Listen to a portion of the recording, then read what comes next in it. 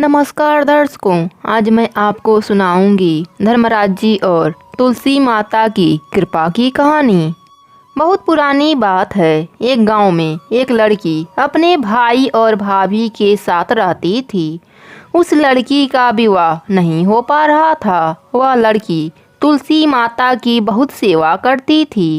नियम पूर्वक तुलसी जी की पूजा करती और वहीं बैठकर तुलसी जी और धर्मराज जी की कथा कहती थी। लेकिन उस लड़की की भाभी को यह सब पसंद नहीं था। वह हमेशा अपनी ननद को ताने दिया करती थी कि जब देखो तब तुलसी के पास बैठकर कथा कहानी कहती रहती है, कोई काम धंधा नहीं करती। जब इसका विवाह होगा तो बारातियों को तुलसी खाने को दे दूंगी और दहेज में भी तुलसी ही दूंगी। कुछ समय बाद ननद का रिश्ता पक्का हो जाता है। विवाह का समय भी आ जाता है। लेकिन जैसा भाभी ने कहा था वैसा ही किया। उसने तुलसी का गमला बारातियों के आगे फोड़कर खाने के लिए दे दिया। ननद तुलसी माता और धर्मराज जी की परम भक्त थी और उसके प्रार्थना करने पर फूटा हुआ गमला स्वादिष्ट भोजन में परिवर्तित हो गया। भाभी ने अपने ननद को तुलसी की माला गले में पहना दिया और हाथों में भी पहना दिया। भगवान की कृपा से वह हीरे और सोने के ज्वेलरी में बदल गई। वस्त्रों के जगह भाभी ने जनेऊ रख दिया, जो सुंदर रेशमी वस्त्रों में बदल गए। इसके बाद ननद विदा होकर अपने ससुराल पहुंच गई। ससुराल में सबने ननद को इतने गहने पहने हुए देखा और इतना सामान लाते हुए देखा तो सब गांव वालों ने ननद की खूब प्रशंसा की। ननद की बहुत प्रशंसा होती। शादी के कुछ दिन बाद भाभी अपने पति से कहती है कि अब जाओ अपने बहन को बुला लाओ। वह देखना चाहती थी कि हमने उसकी शादी गरीब घर में किया है तो वह कैसे रहती है। भाई के पास अपने बहन को देने के लिए कुछ नहीं था। इस बात से वह बहुत मायूस था। लेकिन वह अपने बहन को लेने के लिए चल पड़ा। जैसे ही वह बहन के घर पहुंचा तो वह सोचने लगा, मैं अंदर कैसे जाऊं? सब लोग देखेंगे तो क्या कहेंगे कि मैं पहली बार बहन के घर आया हूं और कुछ भी लेकर नहीं आया हूं। छत से बहन ने उसे देख लिया और बहन ने अपने भाई को अंदर बुलाया। अंदर आकर भाई ने अपने बहन के सास से कहा कि मैं अपने बहन को ले जाने के लिए आया हूँ। लेकिन उस लड़की की सास ने कहा, नहीं, मैं अभी अपने बहू को नहीं जाने दूंगी। जब से मेरी बहू आई है तब से हमारे घर में बहुत ही सुख शांति और खुशियाँ आ गई हैं। अब मैं अपने बहू को कहीं जाने नहीं दूंगी। लेकिन भाई के बार बार आग्रह करने पर लड़की की सास ने 2 दिन के लिए अपने बहू को उसके भाई के साथ भेज दिया।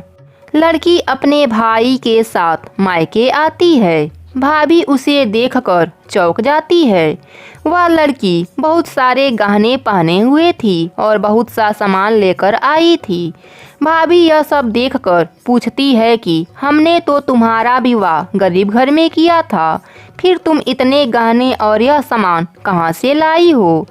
तब उस लड़की ने कहा, भाभी, यह सब तुलसी माता और धर्मराज जी की कृपा है। भाभी ननद से और ज़्यादा जलने लगती है। 2 दिन के बाद ननद अपने ससुराल चली जाती है। इसके बाद भाभी अपने बेटी को भी तुलसी माता और धर्मराज जी की पूजा और कथा करने के लिए कहती है और कहती है कि तुम भी तुलसी माता की पूजा करो। देखो, बुआ ने तुलसी माता और धर्मराज जी की पूजा की तो उसे सब कुछ मिल गया। अगर तुम भी तुलसी माता और धर्मराज जी की पूजा करोगी तो तुम्हें भी सब कुछ मिलेगा।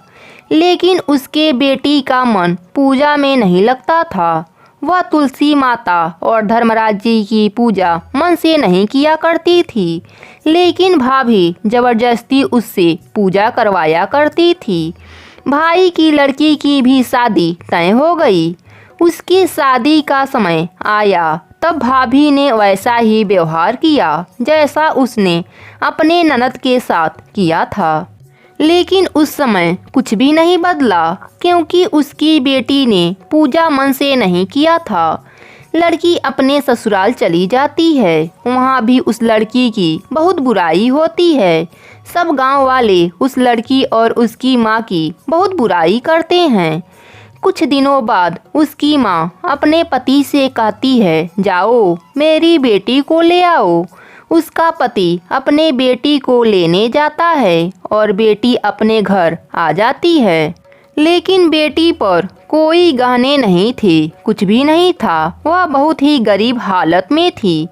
तो भाभी यह सब देखकर कहती है कि तुमने अपने बहन का विवाह तो अच्छे घर में किया, वह देखो कितनी अमीर है, और अपने बेटी का विवाह गरीब घर में करा दिया। तब भाई कहता है, मेरी बहन ने तुलसी माता और धर्मराज जी की पूजा मन से किया था तो उसे उसका फल मिला, और तुम्हारी बेटी ने तुलसी माता और धर्मराज जी की पूजा मन से नहीं किया तो उसे वैसा ही फल मिला। जो जैसा करता है उसे वैसा ही फल मिलता है, इसमें किसी की कोई गलती नहीं होती है। धर्मराज जी हर पल धर्म की रक्षा करते हैं। उसकी भाभी अपने की गई करनी पर रोने लगती है और प्रभु से क्षमा मांगने लगती है। हे धर्मराज जी, हे तुलसी माता, जैसी कृपा आप सब ने उस लड़की पर करी वैसे ही आपकी कहानी कहने वाले, सुनने वाले और हुंकारा भरने वालों पर भी करना। जय हो तुलसी माता की, जय हो धर्मराज जी की।